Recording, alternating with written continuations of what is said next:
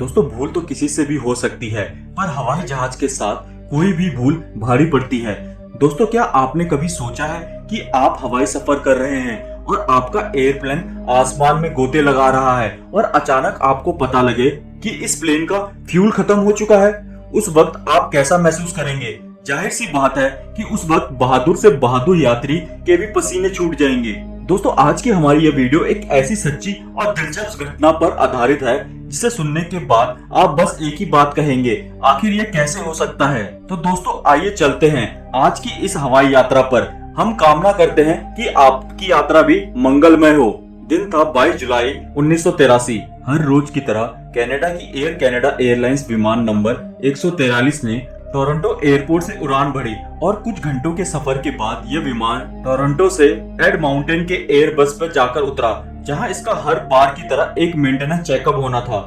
Maintenance checkup होने के बाद अगले दिन इस विमान को दोबारा उड़ान भरना था। तो अगले दिन यानी कि 23 जुलाई 1983 को ये जहाज एडमाउंटन से उड़ा और मॉन्ट्रियल पहुंचा, जहां पहुंचकर फ्लाइट के सदस्यों ने अपनी जगह बदली और crew member captain Robert Pearson और उनके साथी फर्स्ट ऑफिसर मॉडल स्केलेटन को विमान की सारी जिम्मेदारी सौंप दी गई। इससे पहले इन दोनों को यह बिल्कुल भी अंदाजा नहीं था कि आज वह दुनिया के सबसे खतरनाक और ऐतिहासिक सफर पर जाने वाले हैं। कैप्टन रॉबर्ट पियर्सन को 15,000 और मॉडल स्केलेटन को 7,000 घंटे का उड़ान का अनुभव था। दोस्तों आपको हम बता दें कि एविएशन इंडस्ट्री में काम के अनुभव को दिनों या महीने या सालों में नहीं बल्कि घंटों में गिना जाता है। चलिए कहानी पर वापस लौटते हैं। इसके बाद एयरपोर्ट पर मौजूद रिफ्यूलिंग टीम को विमान 143 में 22,300 लीटर फ्यूल भरने को कहा गया, पर रिफ्यूलिंग टीम ने गलती से 22,300 लीटर की जगह 22,300 पाउंड्स फ्यूल भर दिया, जो एवरेज से बहुत ही कम था। दोस्तों आप जानना जरूर चाहते होंगे कि ऐसा क्यों हुआ। ऐसा इसलिए हुआ क्योंकि उस समय कनाडा में इंपीरियल यूनिट्स और मैट्रिक यूनिट सिस्टम का इस्तेमाल फ्यूल काउंटिंग के लिए होता था। यह वह दौर था जब कनाडा इंपीरियल यूनिट से अपने आप को मैट्रिक यूनिट्स सिस्टम में अपग्रेड कर रहा था, और इसी कारण इतनी बड़ी गलती रिफ्यूलिंग टीम से हो गई, जो एक बड़ी दुर्घटना का कारण भी थी। फ्यूल भरा जाने के बाद फ्लाइट मेंबर ने लापरवाही में फ्यूल लेवल चेक किए बिना ही रिफ्यूलिंग टीम को क्लियरेंस दे दी और फिर विमान ने 61 यात्रियों के साथ एडमाउंटन के लिए उड़ान भरी। उड़ान भरने के दौरान कैप्टन को सब कुछ ठीक ही लगा, मगर कुछ देर बाद विमान का फ्यूल इंडिकेटर फ्यूल खत्म होने का इशारा करने लगा। इस सिग्नल की ओर कैप्टन का ध्यान जब गया तो उसके होश ही उड़ गए और वह एकदम हैरान सा रह गया।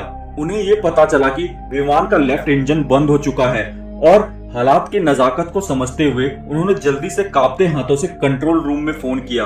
कंट्रोल रूम ने इस प्लेन का पूरा निरीक्षण किया और बताया कि प्लेन अभी आधे रास्ते भी नहीं पहुंचा है और 41,000 फीट की ऊंचाई पर उड़ रहा है, और यह भी बताया कि वहां से कुछ ही दूरी पर एक एयरपोर्ट है जहां वो लैंड कर सकते हैं। इन बातों के दौरान ही अचानक विमान के राइट इंजन ने भी काम करना बंद कर दिया और उनका संपर्क कंट्रोल रूम से टूट गया, क्योंकि विमान में बिजली का कनेक्शन टरबाइन के घूमने से पैदा हुई बिजली से जुड़ा होता है। इंजन के बंद होने के बाद विमान बैकअप मोड बिजली को इस्तेमाल कर रहा था, इसीलिए बिजली बहुत ही कम बची थी।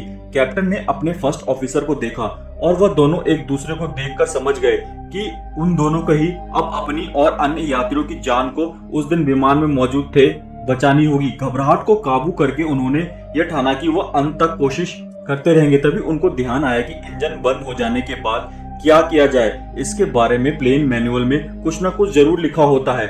उन्होंने इस मैनुअल का बहुत ध्यान से देखा और पता चला कि इस कंडीशन से कैसे निपटा जाए। इस बारे में इस किताब में कुछ भी नहीं लिखा था। अब पूरे प्लेन में घबराहट और खौफ का मंजर फैल गया था। जल्दी जल्दी में सब कुछ देखते हुए कैप्टन पियर्सन ने फैसला किया कि उनको कहीं ना कहीं सुपर इमरजेंसी लैंडिंग करनी होगी। विमान तेजी से नीचे जा रहा था और ये अंदाजा लगाना बहुत ही ज्यादा मुश्किल था कि विमान किस डायरेक्शन में है और वह कितनी तेजी से नीचे जा रहा है। तभी किसी तरह उनका कनेक्शन कंट्रोल रूम से फिर हो गया। कंट्रोल रूम ने उन्हें बताया कि 400 किलोमीटर प्रति घंटे की गति से विमान नीचे गिर रहा है। तभी कैप्टन पियर्सन ने अपने फर्स्ट ऑफिसर को यह कैलकुलेट करने को कहा कि इस स्पीड से हम इमरजेंसी लैंडिंग स्पॉट तक कितनी देर में पहुंच सकते हैं या पहुंच भी सकते हैं या नहीं। कैलकुलेशन के बाद फर्स्ट ऑफिसर ने बताया कि हम ऐसे वहां तक नहीं पहुंच सकते। पियर्सन को समझ नहीं आ रहा था कि अब उन्हें क्या करना चाहिए। तभी फर्स्ट ऑफिसर को ख्याल आया कि यहाँ से आसपास में गिमली एयरबेस है जहाँ हमारा जाना आसान हो पाएगा। और दोनों का ये बात बिल्कुल भी पता नहीं थी कि गिमली की वह जगह जहाँ यह एयरबेस हुआ करता था वह अब रेसिंग ट्रैक बन चुका था।